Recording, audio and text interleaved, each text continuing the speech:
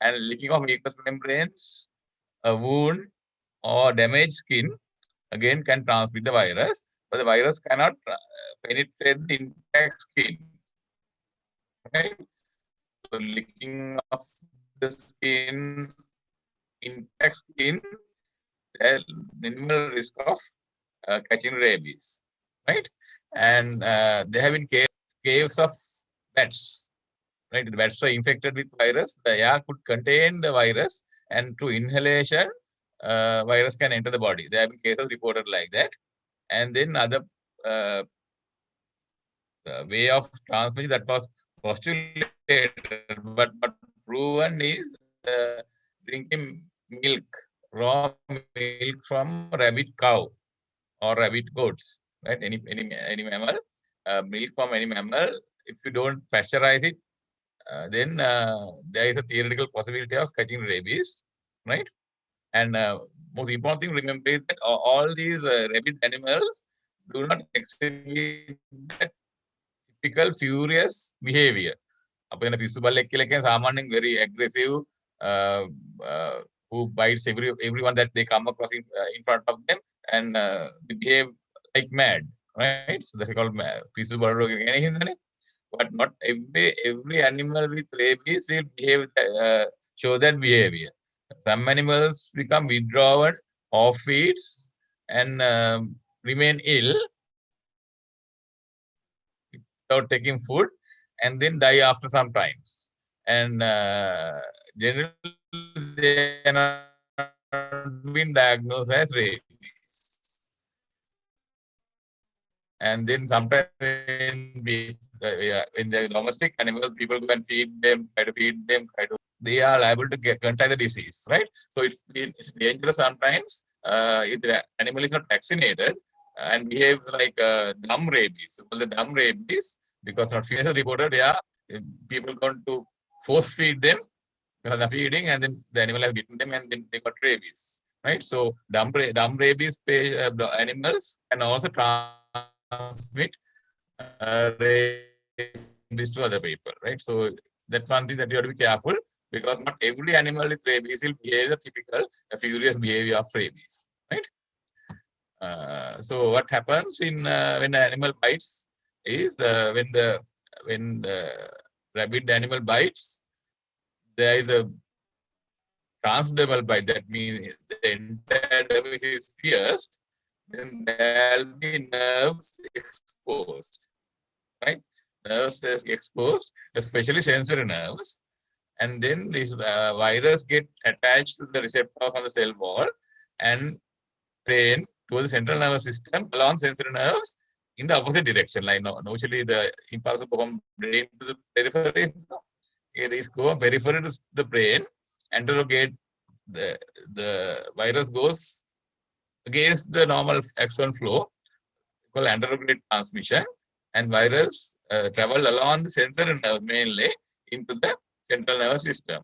For that reason, areas of the body which have high sensory nerve supply are more risky than other areas to catch rabies. So, the hands, the face,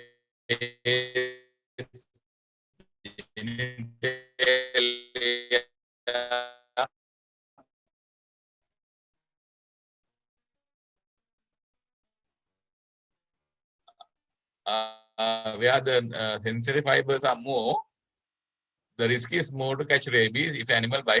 And when the neurons and multiply inside the neurons and exert direct cytopathic effect on the neuron, and then neurons die, right? And then they produce what is called encephalomyelitis.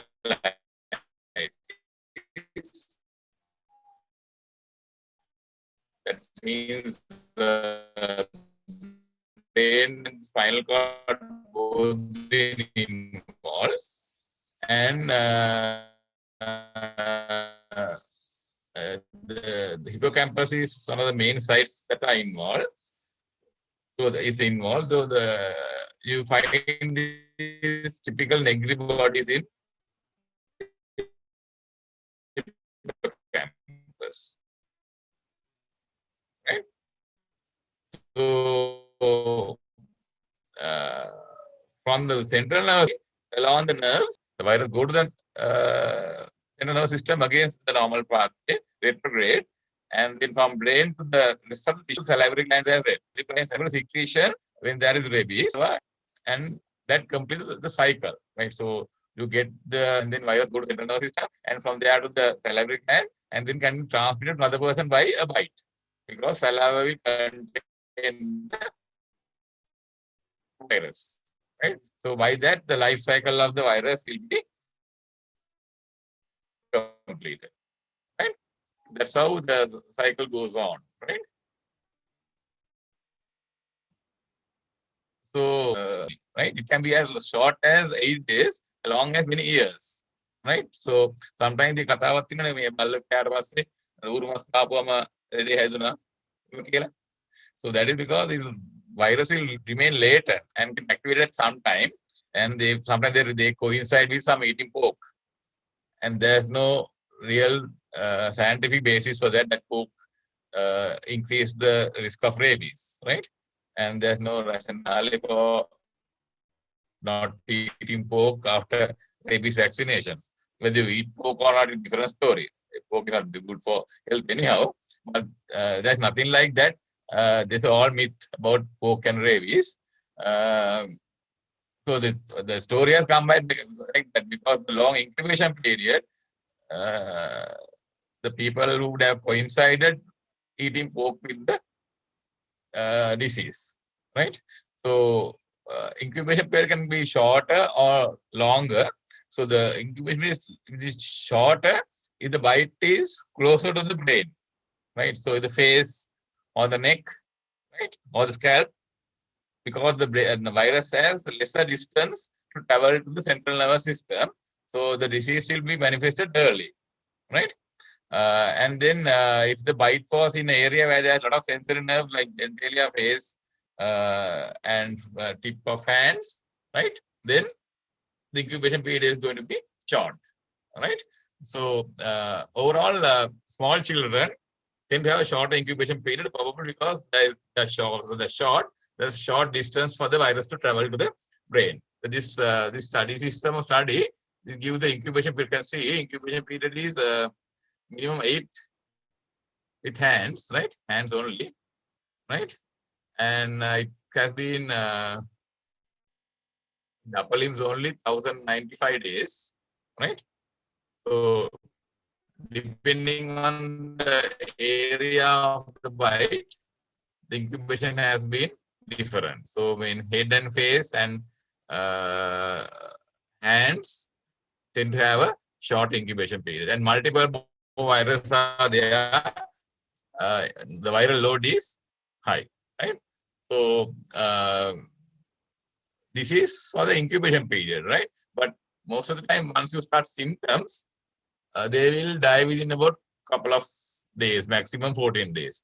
The rationale for keeping the animal under lock and key for 14 days is that if you are having rabies, die within 14 days of this.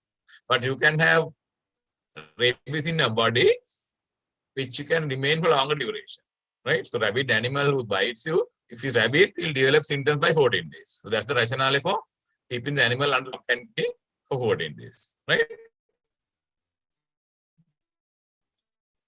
Is it clear? Any questions about it?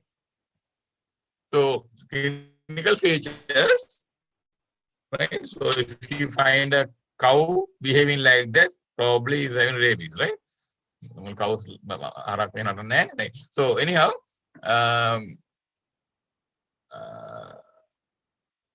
after the initial exposure, right?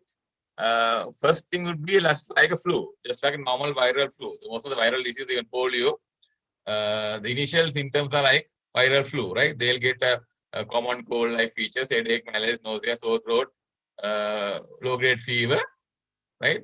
So it's just like a normal viral flu. And then characteristically, they'll find feeling of paresthesia, like altered sensation around the area where the animal has bitten them. That is one of the earliest characteristic features of clinical rabies, right? So they'll develop this paresthesia around the area of bite, right? And then disease will move on to the classical rabies, right? So there'll be mainly the paralysis, weakness and paralysis. There are multiple cranial nerve involvement. So if a patient presents multiple cranial nerve involvement, this is one thing you have to consider, rabies, right? And especially involve the bulbar cranial nerve and the so the lower cranial nerve involved, so they have difficulty swallowing because the bulbar involvement, they get a painful spasms of the neck muscles. The neck muscles, the muscles of deglutition also go into spasms and are very painful, right? So every time they try to drink water, they get these spasms, but they are thirsty because they have not been caused of severe spasms. So they become feared even at sight of water. Hydrophobia. The Jalabhitikaava because even sight of water make them anxious because they know if they drink water, they get these painful spasms. And these painful spasms cause that typical noise in the neck, throat, right? Throat. Like a barking type of noise come from the throat. So rabies ministu, ministu, baleka burla burla burla baleka biru baleka biru this muscles of deglutition going to spasms, and that causes airway obstruction as well, and that causes this dangerous sound coming from the throat. It looks like something like a dog barking. That's why the term has come, right? And then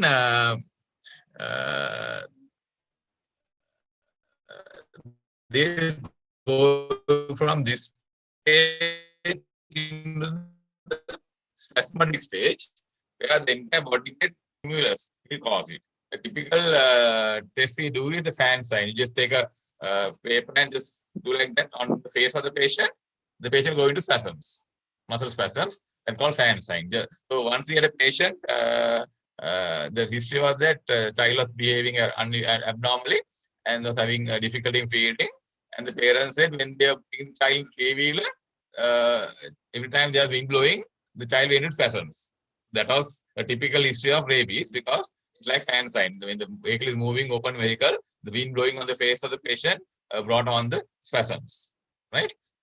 So that if you suspect rabies, you just do like that on the face, and then patient go into spasms, right? Or fan sign, and patient becomes more worried and depressed and anxious, right? And withdrawn, and then the disease moved on to this furious stage, right? That means very spasms, and the number of spasms and the frequency and duration get progressively increased, right? And then patient become maniac and depressed in between, right?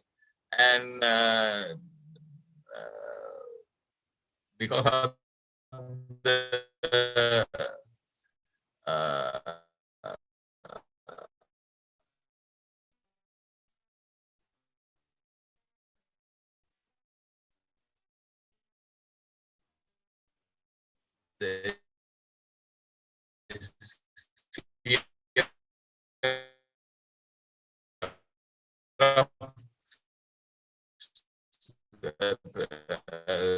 eating, they will not tolerate any food or drinks. They get dehydrated, so they have to put on IV fluids. Increase salivation, saliva drooling from the mouth. One of the mouth, right? Swallowing of the saliva from the mouth. Come on, and then they develop convulsions, and then ultimately death occurs due to cardiorespiratory failure, right? They ultimately die, right? So once this disease has started, there's no stopping it. There's no cure, right? And by the time the patient has developed symptoms, the virus has spread throughout the body, right? nothing can be done about it, right? So the management, so I told earlier, dumb paralysis, but 20% of rabies patients present as a extended paralysis, right? And it can be mistaken as Guillain-Barré syndrome or a myelitis, right? And abnormal neurological signs, especially multiple cranial nerve involvement, to consider rabies. This happened to me once. We got a patient with encephalitis, a picture, a withdrawn child. We are treating it as encephalitis, and then I was registered at that time into the ward, and then early morning ward, child had a cardiac arrest in front of me. And we never thought of rabies at that time. In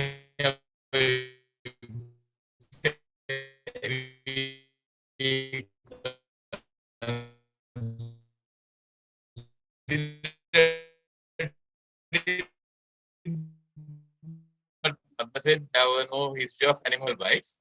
And then we had to resuscitate the patient. I actually intubated the patient, but contacted the secretions also.